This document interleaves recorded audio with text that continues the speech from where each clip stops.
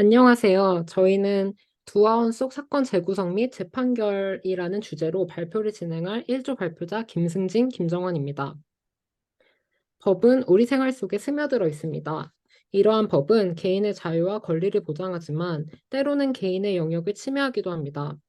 우리 법이 사회에서 제대로 작동하고 있는지 살피기 위해서는 개별 사회 문제에 대한 기초적이고 원리적인 법적 사고력, 즉 리걸 마인드를 갖추어야 합니다.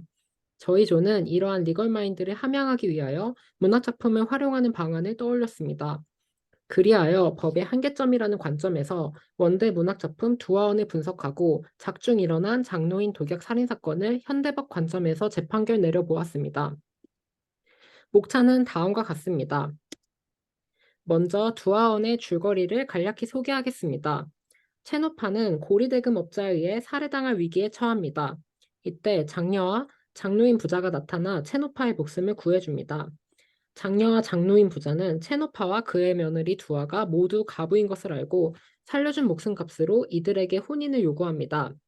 두아가 이를 계속 거부하자 장녀와는 체노파를 독약으로 살해하고 두아를 차지하려 합니다. 하지만 그 독약은 예상치 못하게 장노인이 마시게 되어 장노인은 결국 사망에 이릅니다. 장여아는 자신의 범죄 사실을 숨기기 위해 두아를 범인으로 고발합니다. 이후에는 이야기의 핵심이 되는 두 가지의 판결이 내려집니다. 첫 번째 판결은 장노인의 사망을 둘러싸고 일어나게 됩니다. 세수 도올은 두아에게 유죄 판결을 내리고 두아를 참수형에 처하게 합니다. 두 번째 판결은 두아의 억울한 죽음을 계기로 일어난 두천장의 재판결입니다. 두천장의 재판결로 인해 두아는 무죄가 되고 장녀와 태수 도올은 유죄로 판결나며 두아의 원한은 풀어집니다.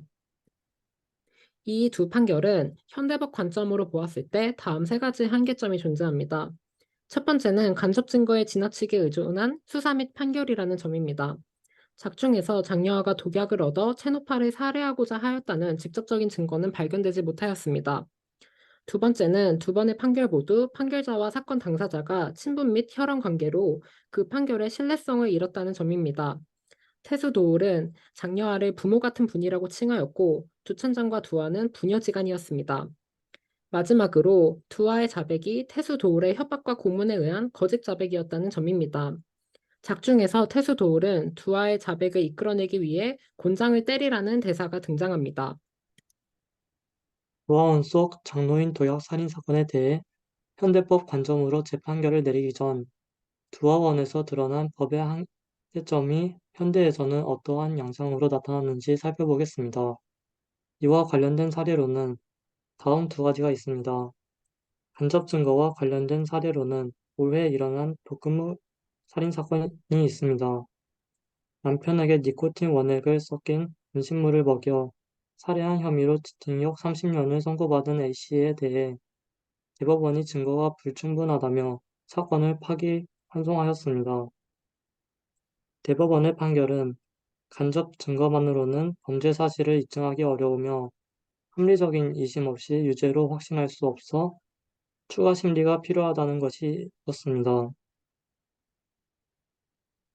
강압에 의한 자백과 관련된 사례로는 대중들에게도 잘 알려진 삼례 나라 슈퍼 사건이 있습니다. 1999년 전북 완주군 삼례읍의 나라 슈퍼에서 3인조 강도가 침입해 잠을 자고 있던 한 할머니를 살해한 뒤 현금과 폐물을 덜어 달아났습니다. 경찰은 당시 수사 결과 삼례에 거주하던 3명의 청년들을 붙잡아 강도치사 혐의로 구속하였습니다. 이후 대법원이 최종 유죄 판결을 내리면서 이들은 각각 징역 3년에서 6년을 선고받았습니다. 복역을 마친 세 사람은 2015년에 경찰의 강압수사 때문에 허위 자백을 했다며 법원에 재심을 청구하였고, 이 과정에서 경남에 사는 한 남성이 자신을 비롯한 3명이 이 사건의 진범이라며 자백을 하였습니다. 결국 법원은 재심 개시를 결정했으며 강도치사 혐의로 기소됐던 3명에 대해 무죄를 선고하였습니다. 이는 강압에 의한 자백의 증거 능력이 없다는 것을 잘 보여줍니다. 장노인 도약 살인 사건에 대해 재판결을 내리기 위해서는 다음의 쟁점들을 살펴봐야 합니다. 첫 번째로 두아의 살인 혐의 입증입니다. 대한민국의 수사기관은 타자 혐의를 입증하기 위해 인적, 물적, 물리적, 생물학적, 디지털 증거 등을 확보하여 범죄 관련성을 판단하고 필요시 부검을 하여 우발적이나 고의적 살인임을 판단합니다. 두아는 비록 범행 도구인 독약을 운반하기는 하였으나 살인의 의도와 동기가 불분명하고 물증 및 생화학적인 증거가 범행을 입증하는 데 부족하여 대법원에서 증거 불충분으로 무혐의 처분을 받을 것이라고 판단하였습니다. 두 번째로 장여아와 태수 도울에 대한 판결입니다. 만약 장여아가 진범으로 붙잡혀 현대의 법원에서 재판을 받는다면 계획적 살인이기 때문에 가중처벌을 받을 뿐만 아니라 살인 누명을 제3자인 두아에게 씌웠으므로 허위고발, 명예훼손, 중상모욕으로 가중처벌을 받을 수 있습니다. 그리고 살해 피해자가 자신의 부친이기 때문에 일반적인 살인보다는 더 높은 형벌을 받게 됩니다.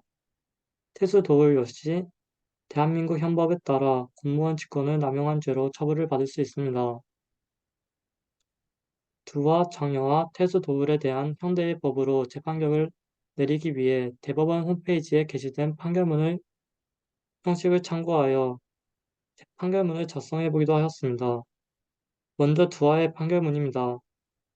피고인의 자백이 피고인에게 불이익한 유일한 증거이고 피고인에 대한 공소사실을 범죄의 증명이 없는 경우에 해당하므로 형사소송법 제310조와 형사소송법 제325조 후단에 의하여 무죄를 선고한다. 다음으로 장여아와 태수 도울의 판결문입니다.